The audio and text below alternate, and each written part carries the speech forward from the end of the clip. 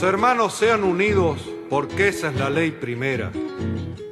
Tengan unión verdadera en cualquier tiempo que sea, porque si entre ellos pelean, los devoran los de afuera.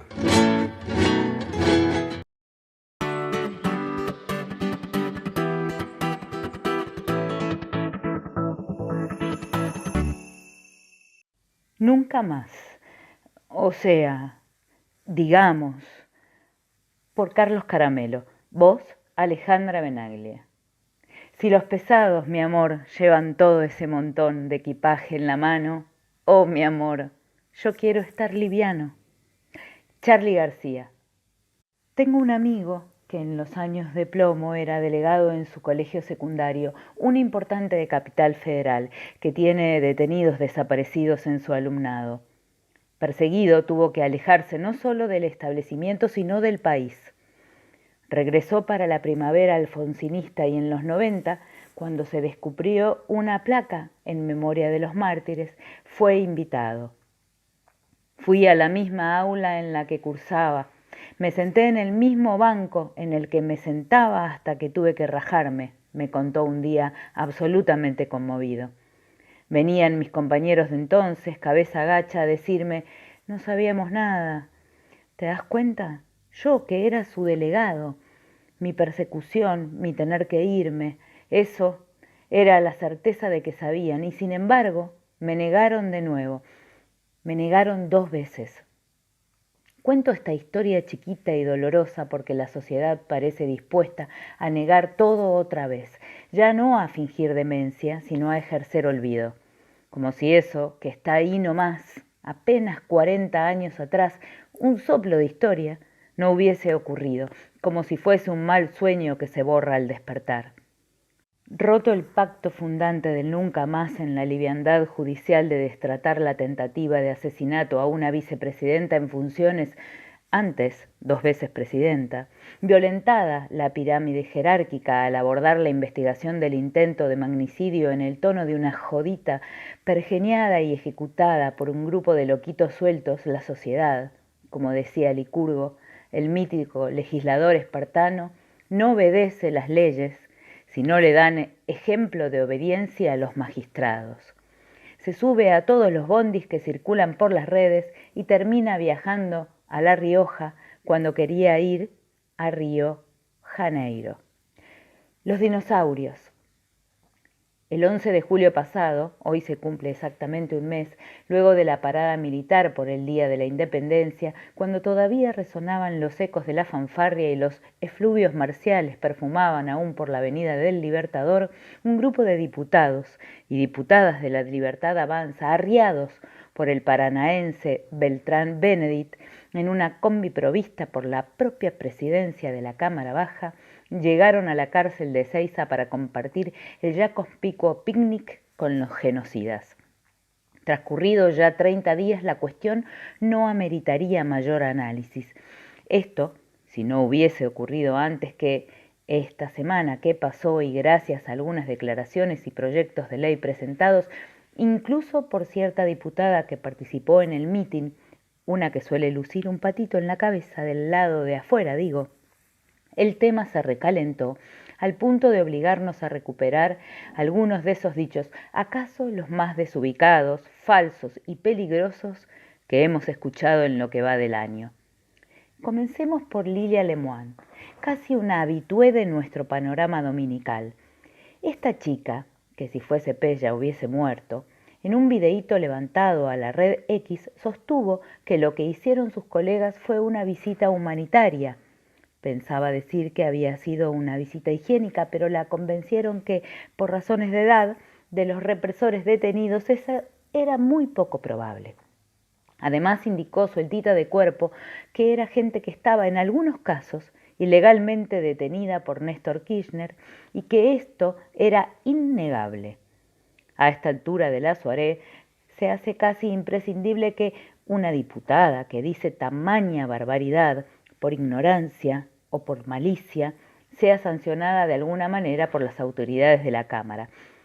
Nadie con responsabilidad cívica puede ignorar que la que detiene es la justicia y que la legalidad de la detención está asegurada por los jueces de la nación que los condenaron. Y si creer que peleándose con la vicepresidenta se gana alguna ficha más, que se atenga a las consecuencias. Patitos en fila. Sigamos con la chica del patito en la cabeza, la diputada mendocina Lourdes Arrieta, que tuvo su segundo salto a la fama al explicar, luego de la visita al penal de Ezeiza, que ella ignoraba quién era Astiz porque había nacido en 1993. Otra que merece una sanción. Ella fue la que centralizó la foto que comenzó a circular esta semana en la que visitados y visitantes se mostraron felices, vaya a saber por qué. Arrieta se colocó en medio de los genocidas, con su tapado naranja subido, sus pantalones fucsia, la combinación de por sí era un delito, y su sonrisa indeleble. Sin embargo, al ser objetada por formar parte del grupo, insistió en que había concurrido engañada y presentó una denuncia penal en el Juzgado Federal número 2 de Lomas de Zamora para que se investigue el hecho. A partir de ese momento, la legisladora mendocina, que es hija de Tomás Arrieta, cabo primero del ejército argentino, que fue acusado por maltratos y torturas a conscriptos en Malvinas, anda siempre como abrazada a un rencor, a un ejemplar del libro Nunca Más. No sabemos si con o sin el prólogo de Sábato. En su bloque dudan entre echarla o dejar que se vaya sola porque la legisladora atolondrada anda por estos días averiguando las ventajas que otorga tener un monobloque. Continuará. Y por último, derrapando como un pistero fumado, el cura Javier Olivera Rabasi, sacerdote que reza un rosario hecho de balas que cuelga de su biblioteca y a quien se indica como el ideólogo o mentor de esta movida cuyo objetivo final es la liberación de los genocidas detenidos. El mismo día de la visita de los diputados a Ezeiza, este religioso vinculado a lo más rancio de la derecha católica ultramontana escribía en su cuenta de X: 1. Indulten a los ancianos militares o anulen los falsos juicios de lesa humanidad.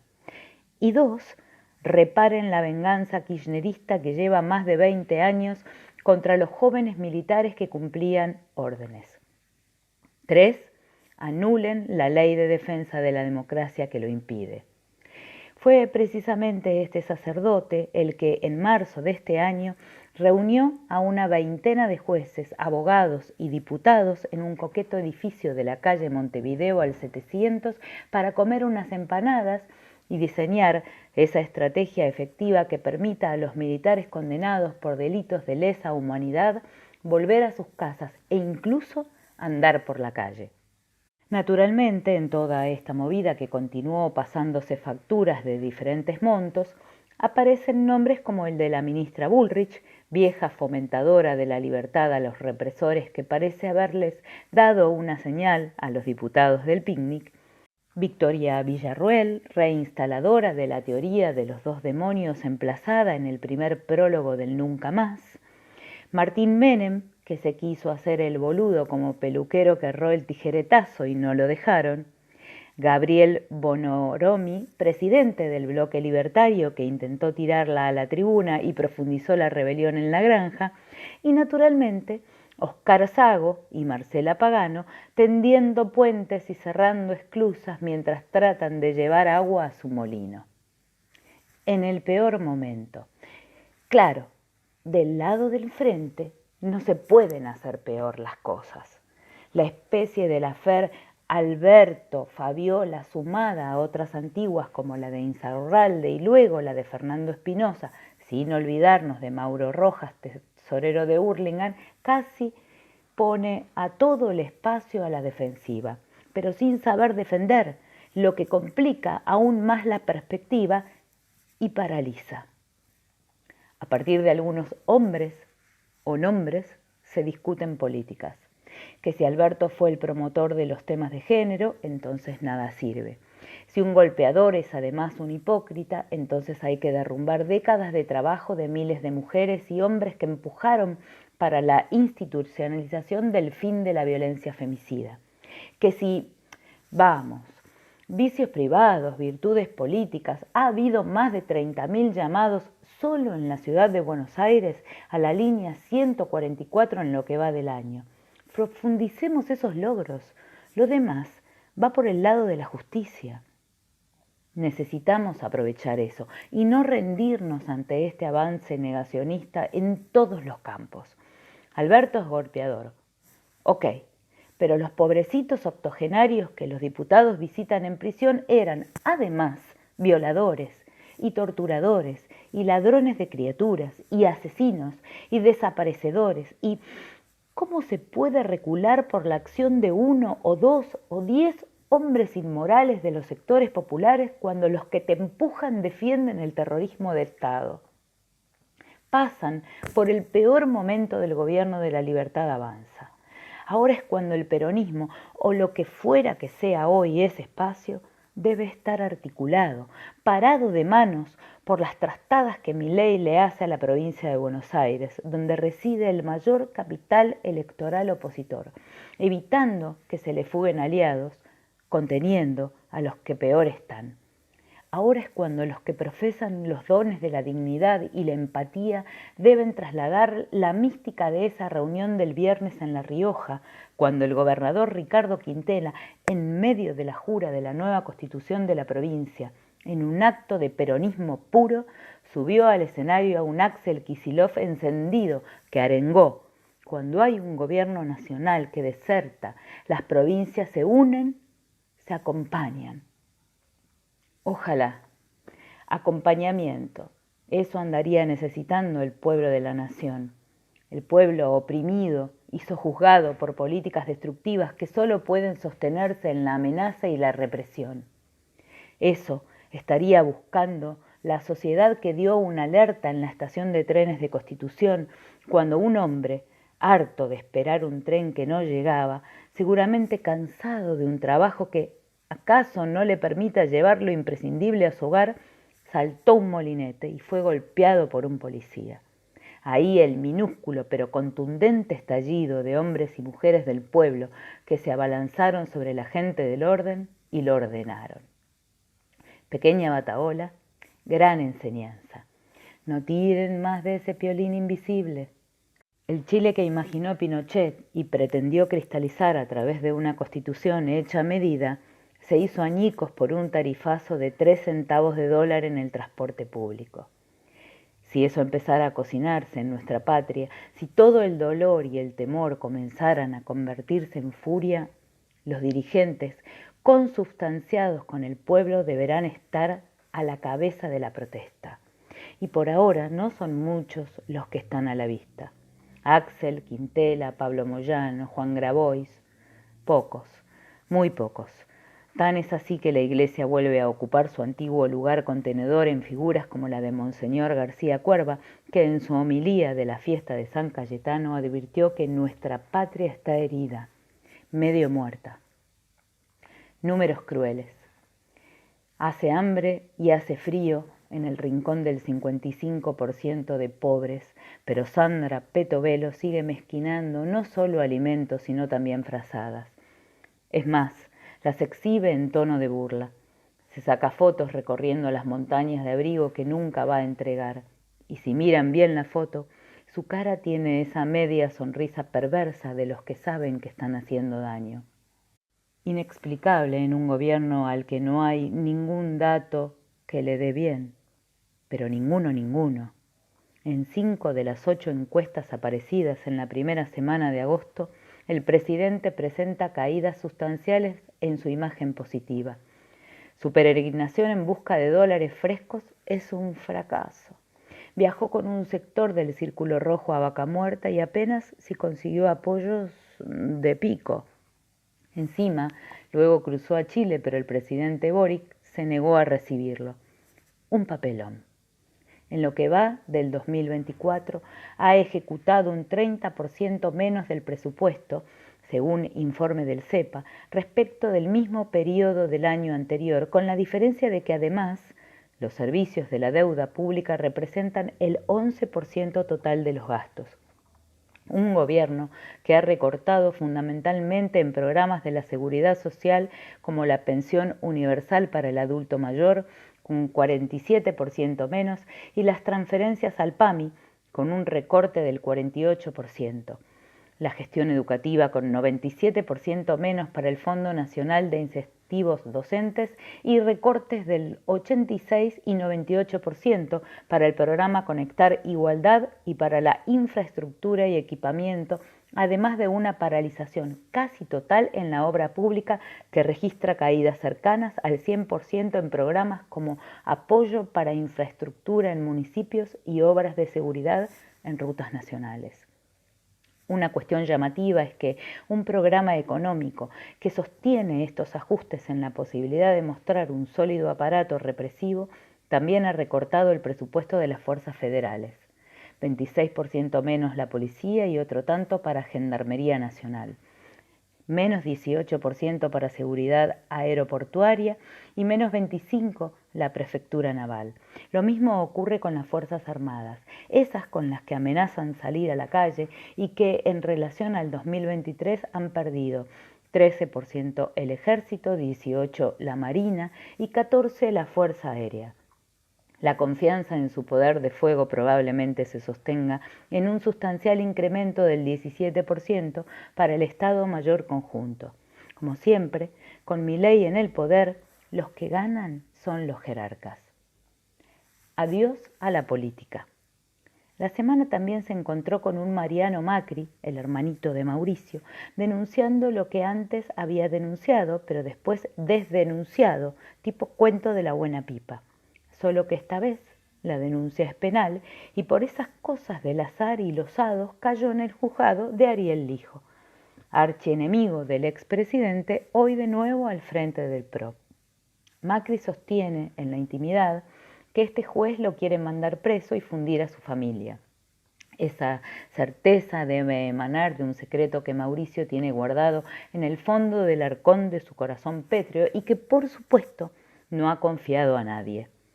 En realidad, los escándalos políticos, como lo establece con claridad una nota firmada por Ana Paola Subán y Ariel Cabas en el diario AR, son procesos comunicacionales confrontativos que ocurren en los medios.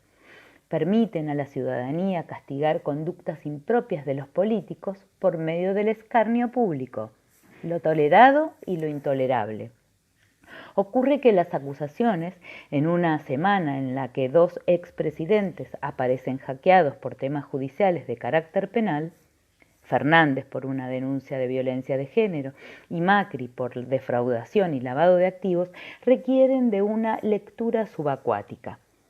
Si bien ni Alberto ni Mauricio representan grandes preocupaciones para Milei, que todavía no le tomó el peso al Calabrés, en todos los lados, incluso en Casa de Gobierno, se tienen noticias de la abrupta y vertical caída de la imagen presidencial que, dependiendo de la encuesta que mires, pierde entre 1,5 y 7,9% en el último mes.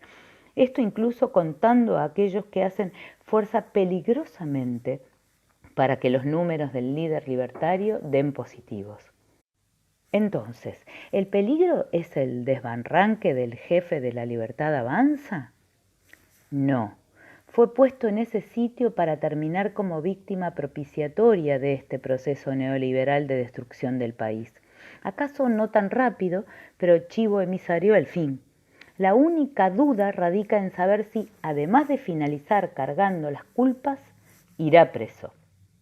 El verdadero peligro es, en realidad, que mientras él cae, sube la imagen de Victoria Villarruel y ella tiende más a mantener el status quo de la política que su compañero de fórmula, que es más permeable a la idea de dinamitar definitivamente el sistema de partidos políticos de nuestro país para armar una nueva partidocracia plutocrática financiada por una docena de empresarios superpoderosos. El mundo de la política versus el mundo de las corporaciones. Muchos la ven. Los únicos chicatos reales están en la alta dirigencia, haciendo malabares con clavas rellenas de nitroglicerina.